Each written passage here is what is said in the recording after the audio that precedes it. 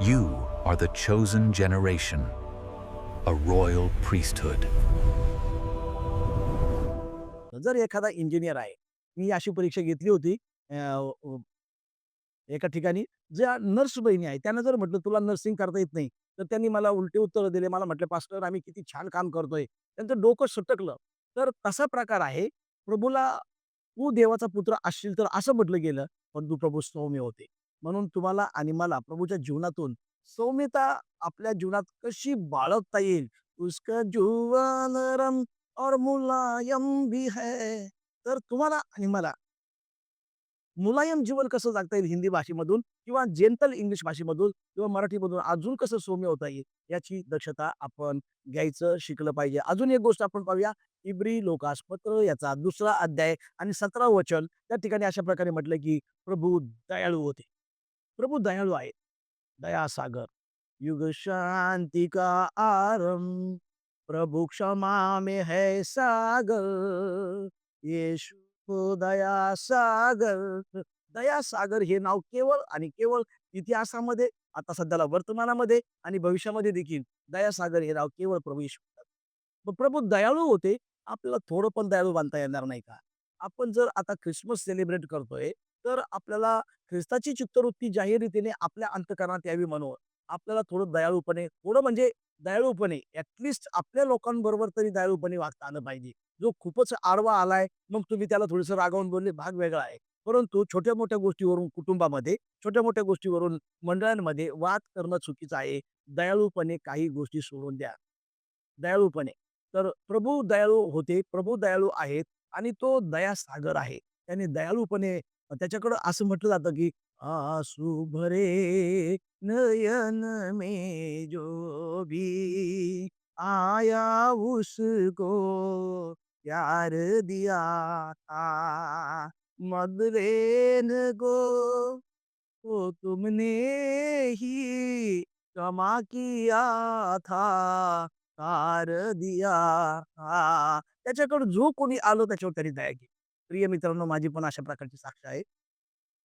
मी 1988 आणि 89, 87, 88, 89 या काळामध्ये पॉलिटेक्निक करत होतो आणि माझा एक मित्र जो नॅझरीन चर्च भांडूपचा होता, तो मला नेहमी म्हणायचा, "माळव्या चल आपण चर्चला जाऊया." आणि बऱ्याच काही गोष्टी बोलायचा. तो तयार होऊन टाय घालून चर्चला जायचा. कुठं वगैरे काहीच माहीत नाही. परंतु मी टोटल दयिक होतो. मी टीव्ही पाहायला जायचो त्या दिवसामध्ये. वेगवेगळ्या प्रकारच्या आकर्षक मालिका त्या त्या त्या काळामध्ये होत्या. आता मी नाव सांगत नाही. मला फोन करा, मी सांगतो मी काय पाहायचो.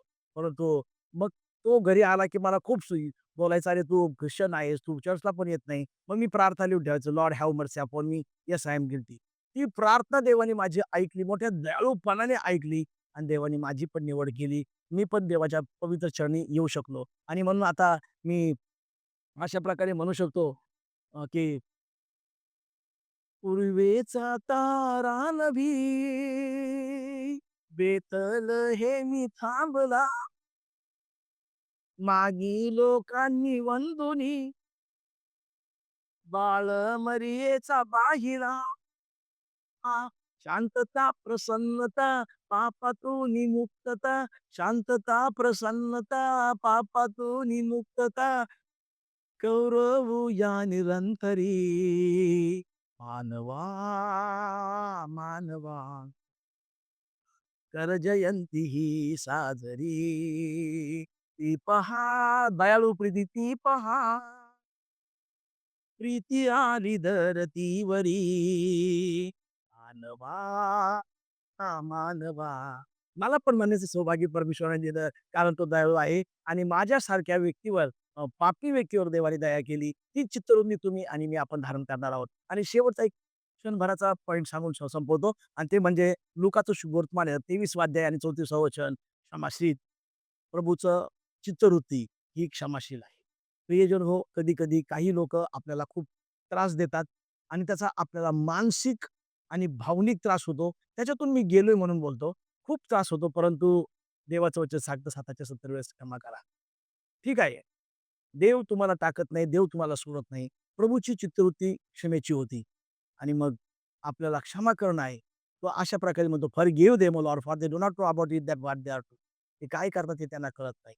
म्हणून क्षमा नावाचा जो प्रकार आहे, तो आपल्याला खूप सर्वश्रुत झालेला आहे.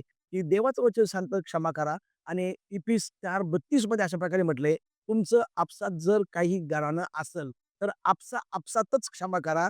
त्याचं गाऱ्हाणं एकमेकांसमोर करत बसण्यात काही पॉइंट. आणि म्हणून आपसात क्षमा करा. तर प्रभूची जी चित्तवृत्ती होती, ती क्षमाशील चित्तवृत्ती होती. प्रभूने क्षमा केली. मग आता प्रभूच्या विषयी आपण पाहतो, की ते निष्कलंक होते. प्रभू निर्दोष होते आणि प्रभूचं जीवन हे सौम्यतेने भरलेलं होतं. त्याचप्रमाणे प्रभू दयाळू होते. हेच वचन फिलिप्पीकराचं पत्र याचा 2रा अध्याय आणि 8व्या वचनामध्ये पण आलेलं आहे. प्रभू नम्र होते आणि मग प्रभू क्षमाशील आहेत. इतके नम्र होते फिलिप्पी 2:8 मध्ये, की त्याने अ, देवाच्या स्वरूपाचं असूनही देव असणं हे मान्य केलं नाही, तर त्याने दासाचं स्वरूप धारण केलं आणि शिष्यांचे पाय धुतले. इतका नम्रपणा प्रभूमध्ये होता. तर प्रभूचं जीवन नम्र होतं. आपण देखील नम्र बनूया आणि मग प्रभूचं जीवन क्षमाशील होतं. यहूदा इस्करियोतला पण क्षमा केली. पेत्राला पण क्षमा केली. थोमाला पण क्षमा केली. इतक्या दिवस पेत्र त्याच्याबरोबर राहिला. त्याच्या सासूला बरं केलं. एवढ्या सगळ्या गोष्टी पाहिल्या. परंतु तो म्हणतो शापोच्चारण करून मी ओळखत नाही. त्यानंतर थोमाने आपल्याला शुभवर्तमान सांगितलं. तो म्हणतो मी त्या कुशीमध्ये बोट घातल्याशिवाय आणि हात घातल्याशिवाय मी विश्वासच ठेवू शकत नाही. डाउटर थोमा. तर त्याला पण क्षमा केली. त्याने त्याच्या विश्वासघात केल्याने पण क्षमा केली. चलो आपण देखील ती क्षमाशील वृत्ती शिकणार आहोत. सर्व गौरव देवाला असो आणि ह्या चित्तवृत्तीच्याद्वारे प्रभू तुमचं आणि माझं अधिक सहाय्य करो. God bless you. Happy Christmas.